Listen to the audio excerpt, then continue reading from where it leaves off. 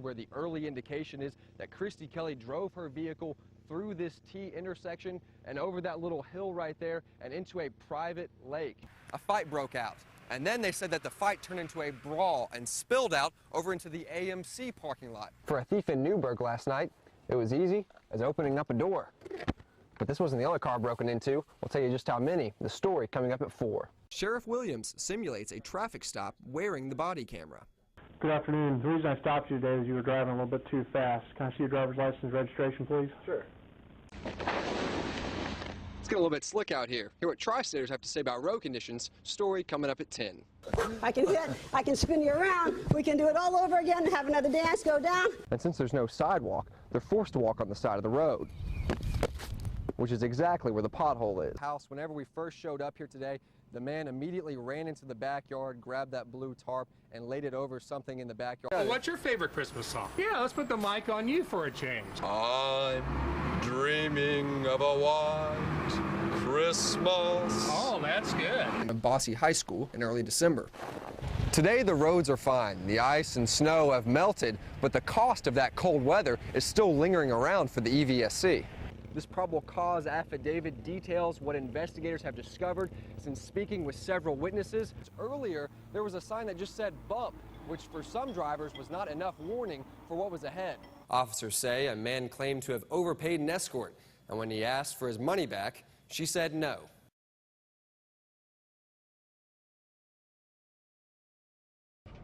This is my daughter. I will do whatever I have to. The brave and difficult fight of holding on to hope. Please take that extra moment and just look in the side of the road. Cowering over a map, volunteers mark areas that have been combed. What areas have been searched? Where do we need to go? Hundreds have joined in the search. Please, please, I'm begging you from one mother to another mother. 2 beautiful missing moms and a list of eerie parallels. Could these 2 mysteries be connected?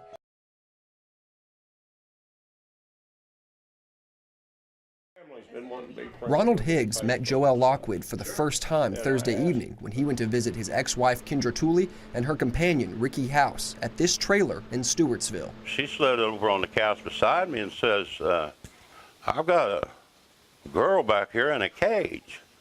I said, you got a girl back there in a cage? What are you talking about? The girl in the cage was Joelle Lockwood. Higgs says it was 2.5 feet tall, stuffed in a room, hidden from plain view. No food, no water, nowhere to use the bathroom. Higgs says when he first saw Joelle, she was only wearing a t-shirt and a dog collar with a rope tied to it, being treated, apparently, like a slave. This just isn't adding up. When she cooked all of our meals, she said, can I have something to eat? And they said, if there's something left, you can have something to eat. Higgs returned to the trailer Friday night when Joelle made her plea for freedom. She says, please don't leave here without me. And I said, what's the matter? She says, I've been here for over 60 days and they put me in that cage. It was then Higgs knew Joelle's shot at freedom was in his hands. I didn't really know what I could do because I'm nowhere near the man I used to be. But I'm not leaving this house without her. I don't care what I got to do. She's coming home. Higgs says initially he tried to buy Joelle's freedom, but couldn't make a deal. He realized force was the only way, and it was at that point he found out the alleged sinister reason for Joelle's capture. But the whole time during it all, they was talking about a baby. She's not leaving here till she has the baby. I'm not telling her, you're not taking her, you're not doing nothing. So she told me Ricky was raping her, making her have oral sex. Kendra can't have no more children. Ricky don't have no children of her own. So well, I figured they, I mean, I hate to say this to the public, and even her even hearing it, but I think they was going to just have a baby and just, we've never seen her again. Higgs says he tried to take Joelle out of the trailer, but was stopped by Ricky and his shotgun. He stuck that shotgun right here under my chin with his finger on the trigger. He said, I'm going to kill you. And you probably bleep this out, but I said, if you're going to effing kill me, you better do it now. Or I'm going to take this effing away from you and beat you to death with it. Higgs says Ricky lowered his gun and a fight started. Higgs says he was able to headbutt Ricky and fend him off, but Joelle was not faring as well. Joelle was sitting on the floor crying naked with Kendra beating on her. Just beat her down to the ground, took her clothes off of her. Higgs says while Ricky retreated to another room in the trailer, he saw his opportunity to escape with Joelle. Higgs says he convinced Kendra that if she let Joelle leave, he would not go to the police. I actually think they believed I wasn't going to do nothing about it. Higgs says he left with Joelle and took her to his home in Evansville. The first thing Joelle asked for was a shower. After getting cleaned up, Joelle was reunited with her family outside of her hero's home. I'm 61 years old, and I don't even cry at funerals. I busted out crying like a baby. And as for the accused, Higgs has a recommendation for a fitting punishment. I told the police last night, I said, I hope you guys got some real small cells. Now that's where they need to spend the rest of their lives, in a real small cell. I'm told someone on Roberts Road was burning garbage when the fire got out of control and spread more than a mile from where it started. This is the view from Roberts Road in Henderson County Saturday afternoon. A closer look shows much of the field is already charred. A ditch is keeping the fire from spreading to a nearby field, but as seen here, it's only a matter of time before the flames reach over. A neighboring farmer drives a bulldozer trying to build a barrier between the field and an oil rig. Northwest winds moved the fire towards Niagara, where two fishermen saw the smoke, dropped what they were doing, and pitched in. Next thing we knew, it was right up at our back door. And we just run, grabbed rakes, and took off. We cut it off at the creek down here, and it's burning up toward Niagara School right now. Near Highway 416 West, the fire was burning much stronger. Near Roberts Road, cornfields were fueling the fire. But here, set-aside farmland might as well have been gasoline. When it gets in there, the flames get 6, 8, 10 feet high. So we was worried about the trucks or the houses that's up here. So we brought our pumpers over here to stage in this area in case something like that did happen and we couldn't get it stopped. Chief Powell says if they didn't stop the fire in this field, it could have spread all the way to Niagara. Several crews attacked the fire from above, from the ground, with water, with rakes, and with a gator. 100 acres of charred farmland later, crews were able to stomp out the last of the flames.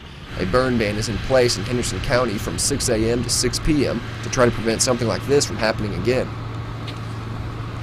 In this case, the fire was started by burning garbage, which is never legal, but field fires in general were not solely isolated to Henderson County. Crews were battling all day throughout the tri-state. EPD is meeting crime on the south side of Evansville face-to-face, knocking on each door, talking with neighbors, handing out flyers, trying to open the lines of communication with a neighborhood that has been hesitant to talk. Officer Chad Diedrich patrols the south side of Evansville on a daily basis, but today he's walking it. How are you all doing today? Good, good. It may just very well be the fact we're more approachable, I think, if when we're out on foot walking around. Going house to house, knocking on each door, trying to build rapport. Trying to bring as much manpower down here as possible, notify people of the situation. Got our phone numbers on there. If you see anything, if you can help us out, we appreciate it. With a neighborhood that has been reluctant to talk with police. We need all the help we can get on this, and we're going to put a lot of resources towards it. The more interaction we have with the citizens, the better off we are. Alicia Russ lives on Covert Avenue. I've heard gunshots for months, but it's never gotten close to home like this. Her house was recently hit by a stray bullet. It's kind of scary knowing that all that stuff is happening around your house. She has children of her own, and her niece lives next door. They're innocent babies, and they have nothing to do with it. She says it's surprising to see police going door to door. I've never seen them walk around and hand out flyers. And the extra effort doesn't go unappreciated. It makes me feel a lot better, a lot safer, knowing that there's some cops here that do care. Walking door to door, handing out flyers, trying to build trust. We'll just appreciate any help we can get. Okay, great. Have a good day. And trying to stop the violence, one house at a time. If you have any information you would like to pass along to police, you can call the We Tip hotline. That number will be posted on our website at tristatehomepage.com. This is Chief Master Cheryl Bryce. Again, I'm just trying to really keep it down to the ground. As soon as I'm here, I'm punching to the face. And right now, she is schooling me on self-defense. So right from here, we just teach you, Ashley, you're going to stomp. You're going to break all the bones in their foot. So you're sliding in, stomp, arms come up, elbow strike, and away. Master Bryce says it's important for women to know basic self-defense because they are often targeted for attacks, such as the one that occurred Tuesday night. He pulled a knife on you? He pulled a knife on me. If you can avoid an attack, do so. But if you have to face your attacker, it's good to know simple but effective techniques, such as the joint lock. When they come in, I can just simply roll over and down to the ground, and then I can just neutralize. Stand up, stand up, stand up. Right, I'm here. I can hit, I can spin you around. We can do it all over again, have another dance, go down. If you don't know any specific moves, lash out with elbows and knees. Don't touch me again, I'll really hurt you. And make a lot of noise to draw attention to the attack. You got to come out strong. If somebody grabs you, don't wait for them to really threaten you or hurt you. Immediately go for your self-defense. Even if you don't know self-defense, Master Bryce adds that attitude can be equally effective. When you can walk tall and make eye contact and you look strong and confident, you're less likely to be profiled as a victim. If you are attacked, grab me, I'm going to do that, right? And then that instant, I have a split second to kick and punch. Respond quickly, with confidence, and don't panic. Grab, drive in, knee strikes, go. It might just save your life. With a kick, you know. Alex McBeath, Eyewitness News.